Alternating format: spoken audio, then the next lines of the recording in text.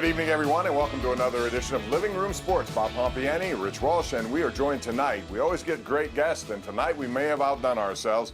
Joe Manganiello, one of the top actors out in L.A., of course, better half, Sofia Vergara, and a Mount Lebanon native. He's here to talk with us, and Joe, thanks for the time. Number one, what are you doing out there in L.A.? There's not a lot of options at this point. Thanks a lot. Great to see you. What have I been doing? Not watching sports. I've been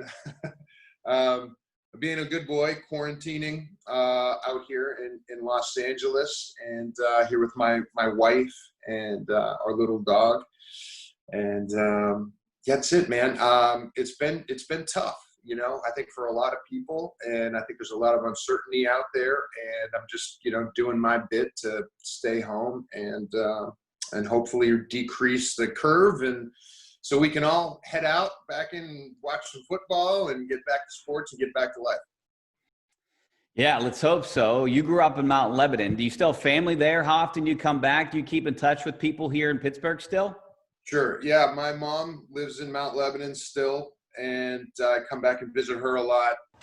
I come back, I'm an honorary member of the Rooney family, so I come back for games all the time, and to see my friend Thomas Tull, who was in my wedding party, who's a good friend of mine, and we go and hit some games up. I've also got friends from high school and college who are in Pittsburgh, and we get together and go get Fiore's Pizza and Pompeani Brothers sandwiches. And I'm also on the board of trustees at Pittsburgh Children's Hospital. So I come back for fundraising events and to see the kids and check in on the hospital. So what is it with Mount Lebanon? There's so many stars from there. Something in the water, you, Dea. There's a bunch of celebrities from Mount Lebanon. I don't know what to say. I guess they just raise them right there. The older I get, the more that I look back fondly to having been as lucky as I was to grow up in Mount Lebanon. What an incredible town. What an incredible school district. We really had every bit of opportunity that you could possibly have as a kid. I didn't really realize I wanted to be an actor or a filmmaker until later on in my high school career. And it was simply because we had a high school TV studio. Joe, I want to go down memory lane a little bit at Mount Lebanon. I'm going to all the way back. There's a picture of you circulating basketball at St. B's, and I want to get your memories of that. And how good of a basketball player were you? Well, so that picture, I dug that picture up, and I used that for page 1 of my book that I wrote 6 years ago, Evolution. So I wrote a book about basically the mentality behind achieving goals and how that applies to training, or what I did to get ready for True Blood. And so that was my before picture, because I think a lot of people, for example, I did on my book tour, I was at the Harvard Coop bookstore at Harvard in Cambridge, Massachusetts. And when I opened it up for questions, some snarky guy raised his hand and said, "Yeah, where's the chapter about genetics?"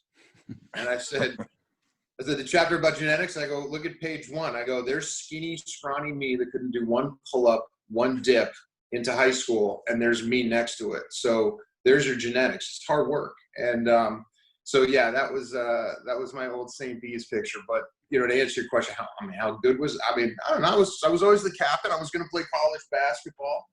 I was good. Going back to high school, you were voted most likely to be a movie star. Is that something that you lobbied for? Or is it just destiny for you? That was a surprise to me, because like I said, there were a lot of kids at school that had been acting since they were little, or were in CLO or whatever, ballet. So I wasn't one of those kids. I was predominantly an athlete through most of my schooling and then into high school. And I think the jump to the theater club was a little too daunting for me. So having a TV studio with cameras at my high school was right about my speed. So but seeing things like that in print, or seeing that your classmates believe that about you, was certainly a surprise to me then. I want to ask you also about CMU. After that, I'm sure you had a good time there. You moved on to L.A. A lot of people I know go to L.A. and they can't be successful. They try to do all sorts of things to meet the right people. How did it go for you? And tell us about your first movie experience after you went there.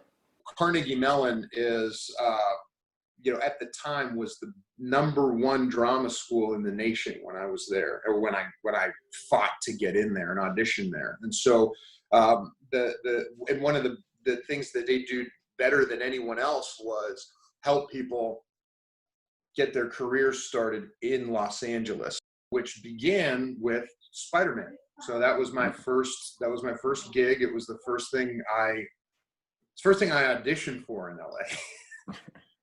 So what was your biggest break, you think? Was it True Blood or was it Spider-Man? What elevated you to where you are now? Yeah, I mean, True Blood was what really opened a lot of doors. And, after that happened, then, I get the call from Steven Soderbergh to do the Magic Mike movies and David Ayer, and, I get a book deal. So yeah, I think, True Blood was really what opened the floodgates. Spider-Man was like, hey man, you belong, here you go. This is great validation. But True Blood was really what opened my career up to be able to do a lot of the things I always wanted to do. You've never lost your passion for Pittsburgh sports, and I noticed the Clemente jersey, and I know Thomas Tall has that wonderful Clemente museum in his house, and just baseball paraphernalia. What about you growing up and some of your favorite Pittsburgh sports figures? And I know you've become good friends with a lot of them today. It must be great for you to know that those guys you admired and now you're probably very close friends with. I mean, Mario Lemieux is, I think, the most important Pittsburgh sports figure of all time. I think for his contributions, what he did on the playing field or the ice. I think him battling against cancer, the story of him finishing his final cancer treatment, chartering a jet, flying to Philadelphia and scoring a goal and an assist. It's like, I mean, that type of resilience on top of, at the time, being the greatest player in hockey. So, but I've since become very good friends with Franco Harris. My team, my Steeler team was really the team of the 2000s. So I've become good friends with Troy Polamalu, who is my favorite Steeler of all time. Ryan Shazier is a great friend of mine. Whenever I come in town, we'll go get pizza, we'll go hang out, get the lives together. So I've gotten to meet all those guys, and that's probably, I got to say, that's the greatest perk about my job, is the fact that I get to hang out with those guys. It's so much fun. Joe, so tell me a little bit about the bottom of the ninth. You are a Yankees player. I mean, that has to be bad, just that in itself, not being a Pirates guy. But you also had a chance to star in a movie with your wife. Yeah, it was bottom of the ninth was this. I love this story. I had read the script, probably 10 years ago. And when it came time to cast my character's love interest, when I originally read the script 10 years ago, we had never been out on a date.